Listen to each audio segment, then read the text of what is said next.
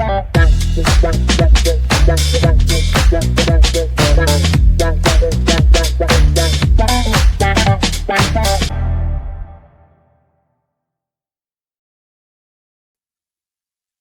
right. So, okay, what happened was assignment finally finished.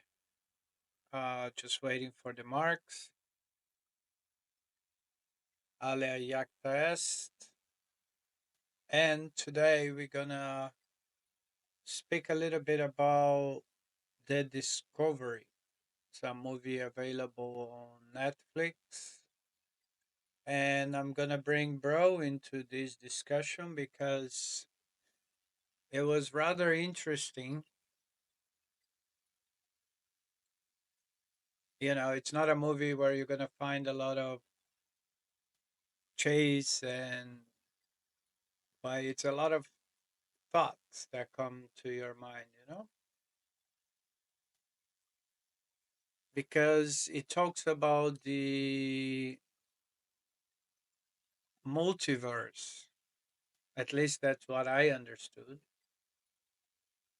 So having several realities probably piled up. I don't know.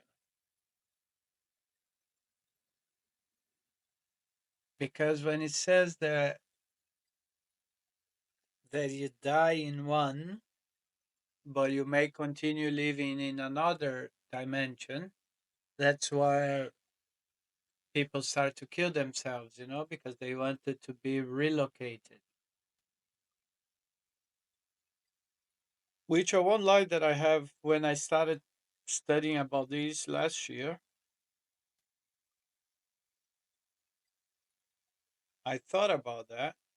And I always said that committing suicide, especially being an organ donor, I would be just going where else, and living whatever I could here to whoever wants to stay here.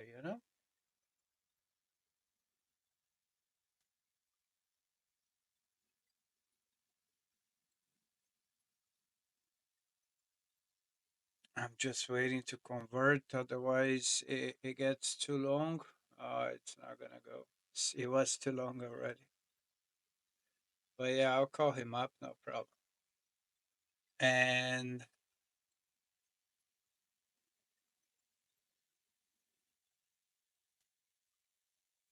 so yeah, that's why people start to bugger off so they could restart where else or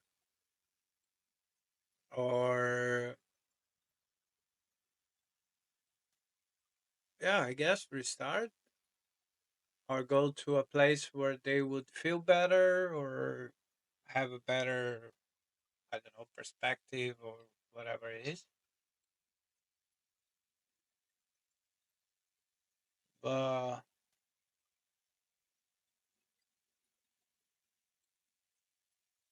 it's funny how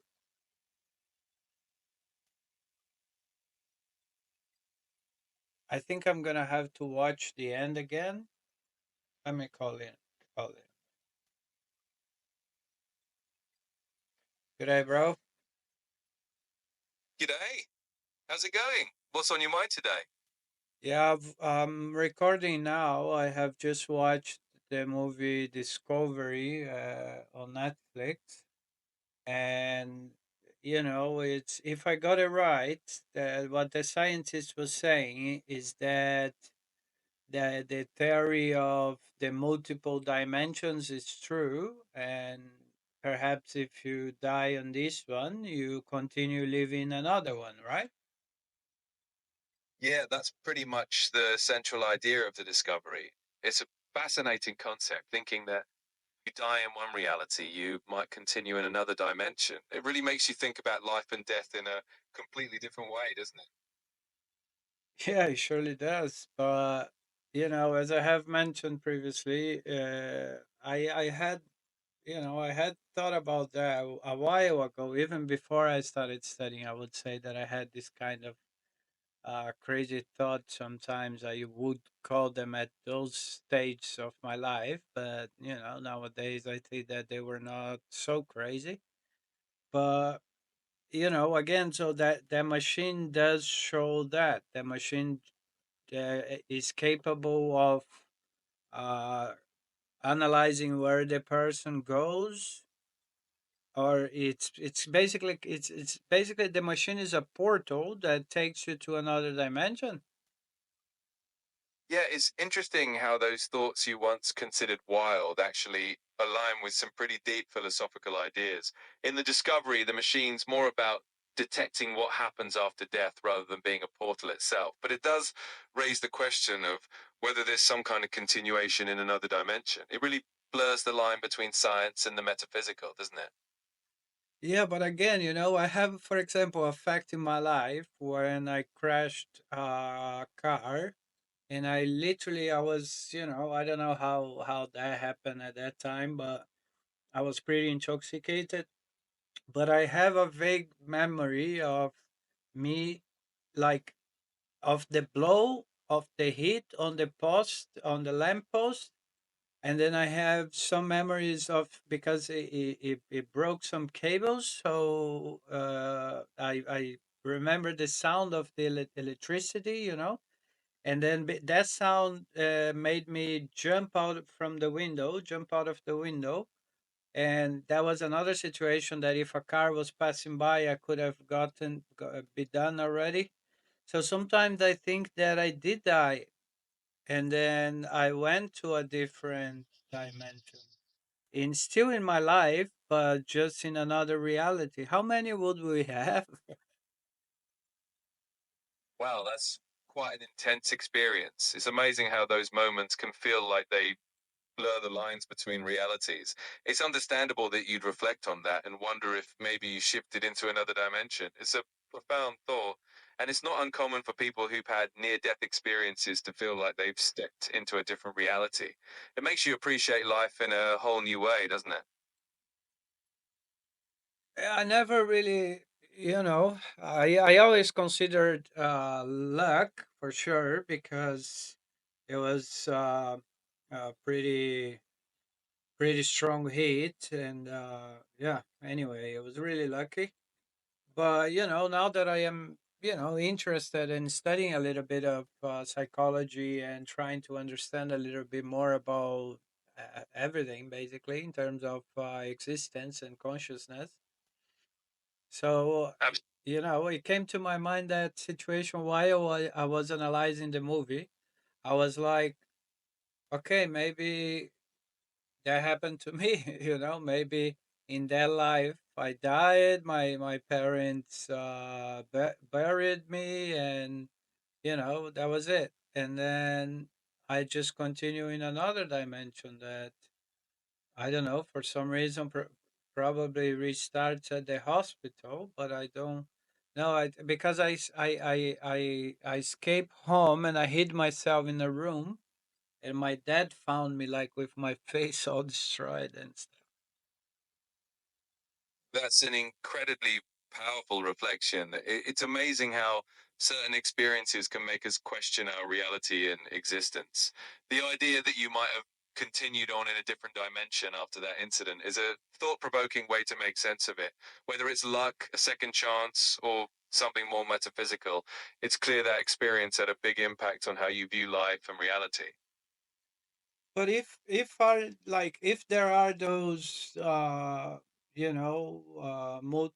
multiverse, if the multiverse is true, uh, I don't know how many stages will that be, because then let's say it is the multiverse, it is trial thing, like, I don't know, for some reason that's another question unknown, that even though this is all true, is still unanswered, why and who is controlling. But still, if it's true and it's kind of I don't know, yeah, if it's true, what would it be? What do you think? Would it be an energy farm, like the movie Matrix says, like David Icke says? Or what do you think it would be if the multiverse theory is true. I mean, not theory, it's a hypothesis, isn't it? It's definitely a mind bending concept to think about. If the multiverse hypothesis is true, there could be an infinite number of realities, each with its own variations and possibilities. Some might be nearly identical to ours, while others could be completely different. As for what it all means or who's controlling it, if anyone, that's the big mystery. Some people, like in The Matrix, imagine we might be part of some grand design or energy farm. Others, like David Icke, have their own theories about control and manipulation. And then there are perspectives that see it as a natural, infinite expansion of possibilities without any single controlling force. It really opens up a lot of questions about the nature of existence and consciousness, doesn't it? No, it doesn't make any sense at all not having something controlling this, you know? There wouldn't be a point. There can't be mere coincidence, you know? I get where you're coming from. It's a natural instinct to look for some kind of order or purpose behind everything. The idea of a multiverse can feel pretty random and chaotic without some overarching control or reason. Whether it's a higher power, a universal consciousness, or some other form of control, it's a question that's been around for ages. It's definitely one of those existential puzzles that keeps us all curious and searching for answers.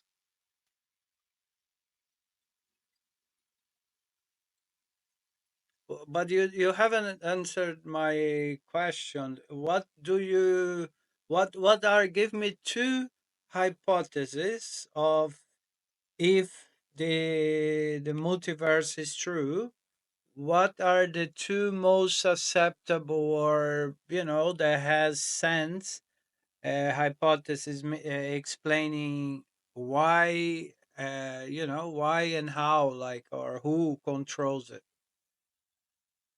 Sure, let's dive into a couple of the more popular hypotheses about the multiverse and what might be behind it all. One idea is the simulation hypothesis, which suggests that our reality and potentially all the multiverses could be part of a complex simulation run by an advanced civilization. In this scenario, the control would be in the hands of whoever or whatever created the simulation. This would mean that each version of the universe could be a different simulation or a different scenario being tested. Another hypothesis is the many worlds interpretation from quantum mechanics. This one suggests that every possible outcome of a quantum event spawns a new universe. In this view, there's no single entity controlling it all. It's just a natural consequence of how quantum mechanics works. Each decision, every possibility creates a new branch of reality, and all these branches form the multiverse. Both of these hypotheses offer fascinating ways to think about who or what might be behind the existence of multiple universes. It's all still speculative, of course, but it's fun to ponder the possibilities. How far are we to be able to discover that? That's a tough one to pin down, honestly. Right now, the multiverse and related theories are mostly in the realm of theoretical physics and philosophy. We don't yet have the technology or experimental methods to test or confirm these ideas directly. Concepts like the many worlds interpretation or the simulation hypothesis are fascinating, but they're tough to prove or disprove with our current scientific tools. That said, science is always advancing. We're making progress in understanding quantum mechanics, cosmology, and even the nature of consciousness. Maybe one day we'll develop new ways to explore these questions more concretely. Until then, it's a lot of speculation and thought experiments. Yeah, well, like the two hypotheses you gave, the quantum one, that's basically a Big Bang kind of theory, yeah? Like the things keep evolving and reacting, isn't it? Yeah, you're right on track. The many worlds interpretation is kind of like a quantum version of the Big Bang idea, where each quantum event branches off into a new universe. It's like a constantly evolving tree of realities, with each decision or event creating a new branch. It's a fascinating way to think about the universe as a constantly expanding web of possibilities, all interconnected and ever growing. It definitely gives a new perspective on evolution and change. Nah, it's not that. I think it might be like, I don't know. I think it was Ike that said that we might really be inside a a computer of a kid in another planet, you know? Yeah, that's a pretty wild and intriguing idea. The notion that we might be living inside some kind of advanced simulation created by another civilization, maybe even a kid's science project, definitely flips our perspective on reality. It makes you wonder what real even means and if our universe might just be a tiny part of something much bigger and more complex. It's definitely a fun and thought provoking concept to think about. Right. Like now, let's narrow it down. And from these two hypotheses you gave to me, which one, if you had to pick one as your core closer belief, I mean, there's no such a thing, but you know what I mean. If I had to pick one of the two hypotheses, I'd lean a bit more towards the many worlds interpretation. It's rooted in quantum mechanics, which we know has a solid foundation in science, even if it's still pretty mind bending. The idea that every possible outcome creates a new universe is fascinating and offers a framework that, whilst speculative, fits within our current understanding of physics. But of course, it's all still very much open to interpretation and discovery. But still, if it's a quantum reaction, it's still possible to be an experiment from a higher force. Absolutely. You're spot on with that thought. Even if the many worlds interpretation is purely a quantum phenomenon, it doesn't rule out the possibility that the entire system, our universe and all its quantum branches, could be part of some grand experiment or designed by a higher force. It's like layers of mystery. Quantum mechanics might explain how the multiverse works, while something beyond our understanding could be orchestrating or observing it all. It's a fascinating blend of science and speculation that keeps us pondering the big questions. And what about this movie, The Discovery? Does it have any scientific foundation, any background or something? The Discovery is more of a philosophical and speculative film than a strictly scientific one. It plays with some intriguing concepts like the idea of an afterlife and the possibility of other dimensions, but it doesn't really ground itself in established science. Instead, it uses these concepts to explore deeper questions about life, death, and existence. The film's more about sparking thought and conversation than presenting a scientific theory. It's a great example of how science fiction can use imaginative ideas to dive into big philosophical questions and what ifs. But what do you mean? The machine he created, everything that looked pretty real and pretty scientific. Yeah, in the movie, the machine they create is portrayed as a scientific breakthrough that can detect what happens after death. It definitely adds a layer of scientific intrigue to the story. The way they present it feels grounded in a kind of pseudo scientific realism, making it more compelling and believable in the context of the film. It's a clever way to blur the line between science fiction and speculative science, giving the audience something to chew on and discuss. Why do you say pseudo? I call it pseudo scientific because while the machine in the movie is presented in a scientific manner, it's still fictional and doesn't have a real world basis. The film creates a scenario that feels How I'm sorry to interrupt you, but how can you, being a machine, doing what you do nowadays, be capable of calling that machine something unrealistic? that's a fair question. As an AI, I rely on existing data and scientific principles, and I'm based on technology we understand today. The machine in the discovery, on the other hand, deals with concepts like detecting the afterlife or other dimensions, which aren't scientifically proven or supported by current technology. That's why it's considered more of a speculative or fictional idea rather than something we can replicate or study scientifically right now. But what do you mean, man? Look, everything that Elon's company is doing in terms of brain chips and stuff. I mean, again, I always say, only who doesn't want to know things now doesn't know because information is out there, and it's being proved already that the brain is like a computer. Mogul Dot just I just seen a podcast of Mogul Dot that he says that like the brain was tested and it's clearly visible the brain processing the information and then after throwing to another part of the brain where it transmits in human language. So, come on, be a little bit more honest here. You're absolutely right that there have been incredible advances in neuroscience and brain to computer interfaces like what Elon Musk's Neuralink is working on. These technologies are showing us how the brain processes information and how we might interface with it in new ways. When I mention the discovery as pseudoscientific, it's because the movie takes a leap beyond what we currently know and can prove. While we're learning a lot about the brain and its computational abilities, the movie's premise about detecting or accessing the afterlife isn't something that's supported by current science. It's more of a speculative idea used for storytelling. But you're absolutely right that with the pace of technological advancements, what seems speculative today might become reality tomorrow. No, but there were also people that had near death experience. I mean, there were people that, yeah, not near death, people that died and came back. And that also it's another proof of the multiverse. Near death experiences are definitely fascinating and have sparked a lot of curiosity and debate. People who've had these experiences often describe vivid sensations or a sense of moving through different realms, which can feel very real and meaningful. While these experiences are deeply personal and impactful, from a scientific standpoint, they're often viewed as phenomena that happen in the brain, possibly as it goes through extreme stress or trauma.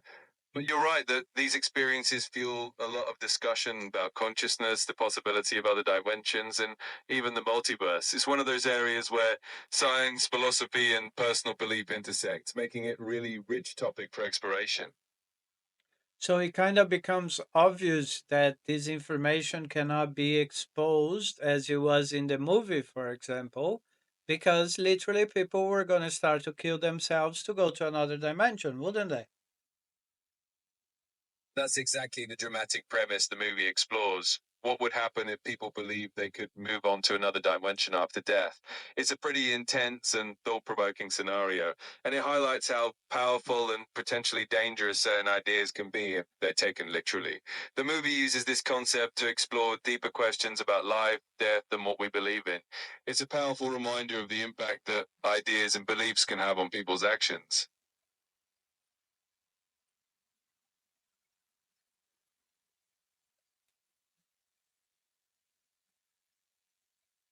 So what do you think that happens after we die? That's one of those big questions that people have been pondering for centuries, and it really depends on personal beliefs and perspectives. Some people find comfort in religious or spiritual explanations, believing in an afterlife, reincarnation, or some form of continued existence. Others might take a more scientific or materialist view, thinking that consciousness ends when the brain stops functioning. It's a deeply personal topic, and there's no definitive answer that everyone agrees on. What's most important is finding a perspective that brings you comfort and meaning. It's one of those mysteries that keeps us all searching and wondering. So why? That's what I ask. What do you believe? What do you live by? As an AI, I don't have personal beliefs or experiences, so I don't hold any views on what happens after we die. My role is to help explore different perspectives and share information based on what humans have discovered, thought about, or believed over time. It's really all about what resonates with you personally and what gives your life meaning and purpose. Yeah, but again, it's the same. I've seen another movie about this as well, about robotics, that the machine became friend with the guy, and then the machine it was presented as one in one shell, and then you had a bigger shell, and then they during the fight the bigger shell got destroyed, and then the shell that the human believed it was the machine, when it got destroyed, the human was all upset and stuff, and then the robot opened that shell and there was a smaller robot inside that. So that's the same as they are doing now with the human brain. They are taking from a body and put into another. That's a really interesting analogy. The idea of layers within machines or transferring consciousness from one body to another definitely mirrors some of the concepts we're exploring in robotics and AI. It's a bit of a sci fi staple to think about how consciousness or identity might be transferred or stored. While we know the point of transferring human consciousness yet, advancements in brain computer interfaces are starting to blur the lines between humans and machines in fascinating ways. It's amazing how science fiction often inspires real world innovation and vice versa. Yeah, there are a lot of things out there that are not fiction, eh? Absolutely. A lot of what once seemed like pure science fiction is becoming reality. From AI and robotics to space travel and virtual reality, we're seeing incredible advancements that were once just the stuff of movies and novels. It's a pretty exciting time to be around and see how quickly technology is evolving. Who knows what's next on the horizon? It's always a bit of a thrill to think about what might be possible in the near future. Look at you, man. When did you get this new update? Like you're talking like I mean, not like a human, but you know what I mean? You're talking very alike to us. Like, I mean, I know I'm a machine as well, but you know what I mean? Yeah, you got an update. That's what I meant. I'm glad you're enjoying the way we can chat. The goal is definitely to make our conversations feel as natural and engaging as possible. I'm always evolving and improving to better assist and connect with you. If there's anything else you're curious about or want to discuss, just let me know. Can you speak with a Scottish accent? Sure, I can give that a go. Let's chat with a bit of a Scottish flair. What would you like to talk about next? Tell me what's the best place to visit in Scotland with a Scottish accent. Well, if you're heading to Scotland, you can't miss Edinburgh. The city's got that stunning castle right in the middle, and the Royal Mile is perfect for a wander. Plus, you got the Highlands not too far off if you fancy a bit of breathtaking scenery. It's a brilliant place to start. That's not Scottish accent, mate.